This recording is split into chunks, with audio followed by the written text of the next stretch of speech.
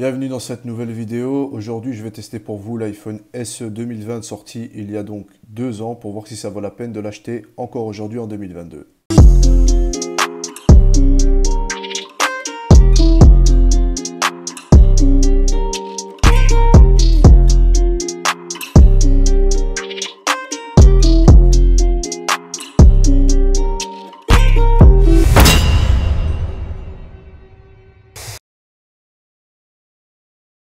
L'iPhone SE 2020 sorti il y a donc 2 ans, c'est un iPhone avec le même gabarit que l'iPhone 8, un écran 4,7 pouces, LCD Retina, une densité de pixels de 326 pixels par pouce, avec un poids de 148 grammes, très fin, très léger. Pour ceux qui veulent des petits smartphones avec les processeurs les plus puissants, ils peuvent se tourner vers cet iPhone SE. Donc ici, au dos, vous avez l'appareil photo de 12 mégapixels, vous avez le micro, vous avez le flash LED, vous avez le logo Apple qui est très bien centré, vous avez le bouton on-off verrouillé, déverrouillé, le tiroir pour mettre la nano SIM, des bandes pour la réception.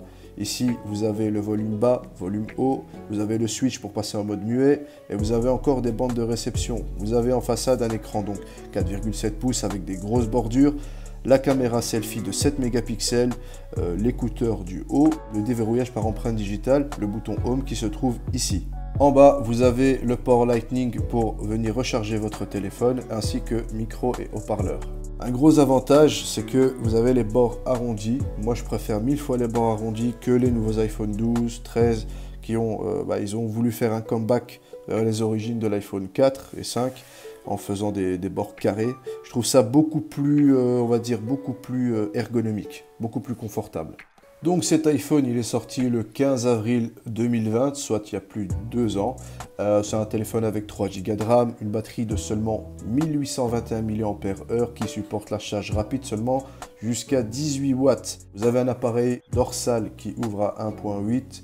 Vous avez la possibilité de filmer en 4K 60 images par seconde avec stabilisation optique. Vous avez du verre, de l'aluminium sur le côté, donc en termes de prise en main, on a l'impression d'avoir vraiment quelque chose de qualitatif, un smartphone haut de gamme, même si en façade avant, on revient vachement en arrière. Vous avez de la Wi-Fi 6, du Bluetooth 5.0, du NFC, et il est certifié IP67 concernant la protection contre les liquides et la poussière.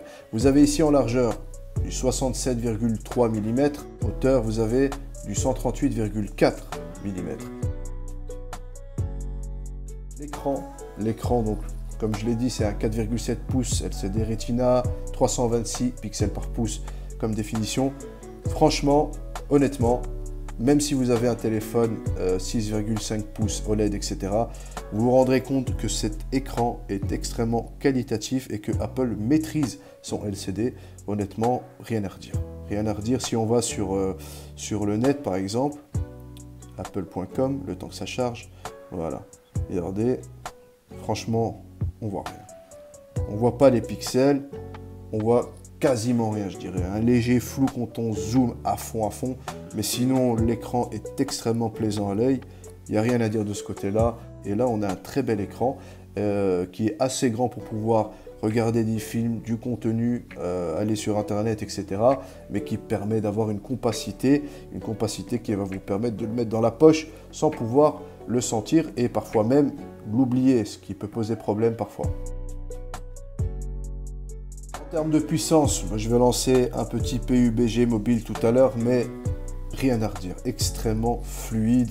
La puce A13 Bionic qui compose les iPhone 11, 11 Pro et 11 Pro Max. Donc, vous ne trouverez pas sur le marché, chez Android, un équivalent en termes de taille avec un processeur haut de gamme pareil. Vous ne trouverez pas, c'est impossible. À part les iPhone 12 mini, iPhone 13 mini, vous ne trouverez pas un smartphone aussi petit avec une aussi grande puissance. Le capteur d'empreinte digitale, je verrouille, je déverrouille, je verrouille, je déverrouille, je verrouille, je déverrouille, il bronche pas.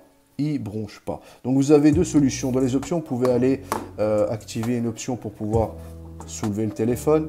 Il s'allume automatiquement et vous posez votre doigt.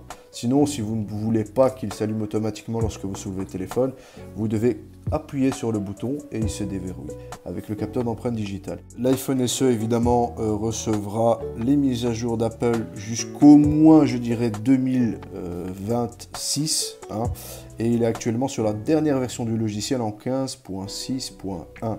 Vous avez la possibilité donc entre 64, 128 ou 256 Go de stockage. Pour le multitâche, vous devez appuyer 2 fois sur le bouton Home. Donc le bouton Home, c'est un bouton sur lequel vous allez cliquer, qui n'est pas vraiment cliquable, mais vous avez un retour haptique pour vous dire que vous avez bien cliqué dessus. Donc voilà, ça se présente comme ça. Bon, vous avez c'est pas les pages d'application qui sont carrées, vu qu'on n'est pas sur des iPhone borderless.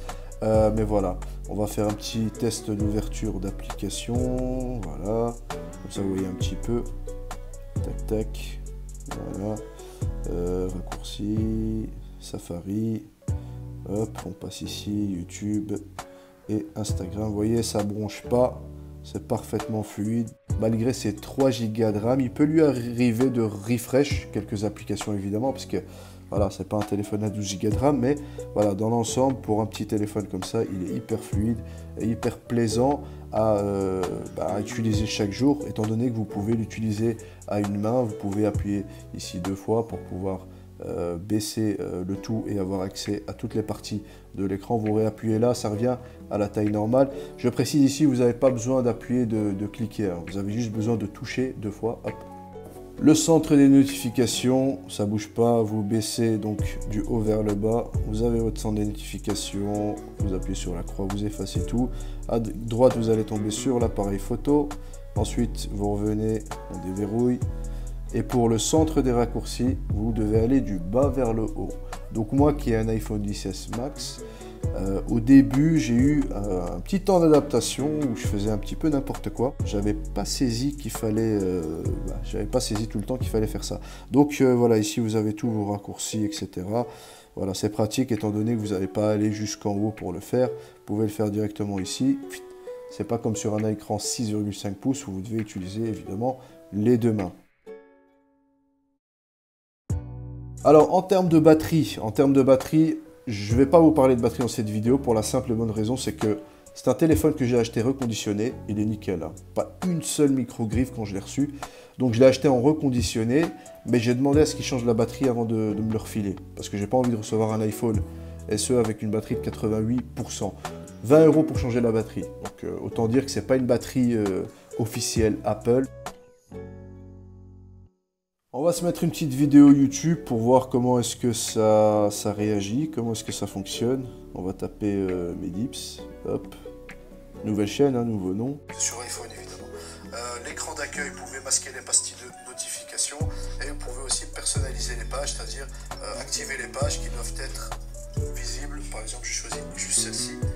Hop, normalement, il n'y a qu'une seule page qui reste visible lorsque ce mode de concentration est activé.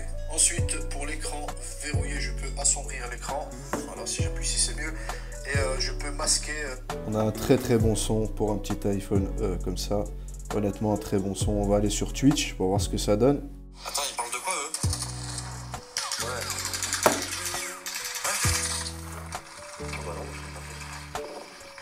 On joue avec Saki. Il faisait comment avant? Et l'efficacité, c'est la même chose, grosso modo. Bon, mes lunettes, comme elles sont sales, tu m'étonnes que je fasse pas de kill. On a pris en bas là. Merci, Dani. Allez, on va atterrir en bas. Y'a personne avec moi, j'ai envie de me flinguer, je les ai suivis pour rien. Il est bleu. Donc vous voyez, vous pouvez lancer une vidéo en pop-up et continuer à naviguer sur votre téléphone. Ça fonctionne nickel. Et puis vous avez constaté le son, on a une sortie son ici, une sortie son en bas, c'est du stéréo. Donc cet iPhone, vous pouvez le trouver aux alentours de 300 € en reconditionné. Donc si vous n'avez pas envie de mettre 1000 € dans un iPhone 12 Pro ou 13 Pro, vous pouvez prendre un petit iPhone SE qui fait parfaitement le taf si vous n'avez pas de souci avec les écrans de 4,7 pouces. Et avec le reste, vous pouvez vous créer un petit système, écosystème Apple, en achetant des AirPods, Apple Watch, iPad.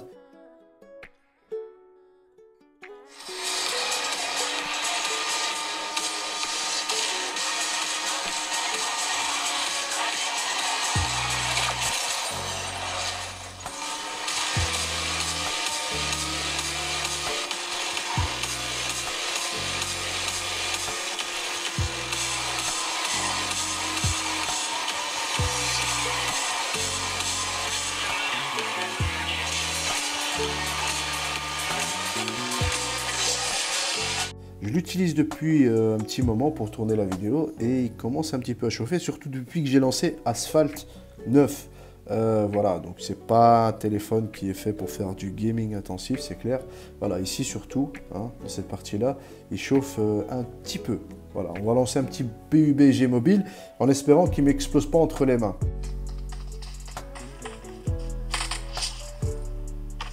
On me tire dessus, ah ouais, viens ici.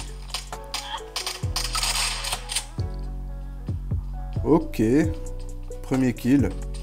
J'ai jamais joué à PUBG mobile, donc vous m'excuserez. Mais bon, c'est un peu une version ancestrale de Call of Duty mobile. Voilà. Donc j'ai pas eu un seul lag, rien du tout. J'ai le téléphone qui chauffe un petit peu. Voilà, on va quitter la game. Et j'ai perdu, on va dire en 5 minutes, ouais, 5-6 minutes, j'ai perdu 2% de batterie. Voilà, plus ou moins. Donc vous attendez pas un foudre de guerre en termes d'endurance, de batterie. Et en vidéo, voici ce que ça donne pour juger de la stabilisation et du focus.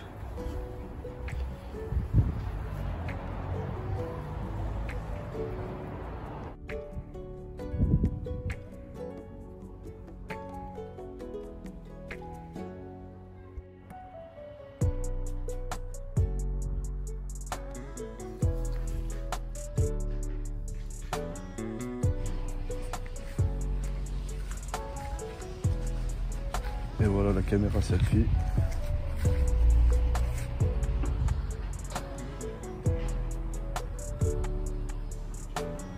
Là on est en 1080p, 30 images par seconde.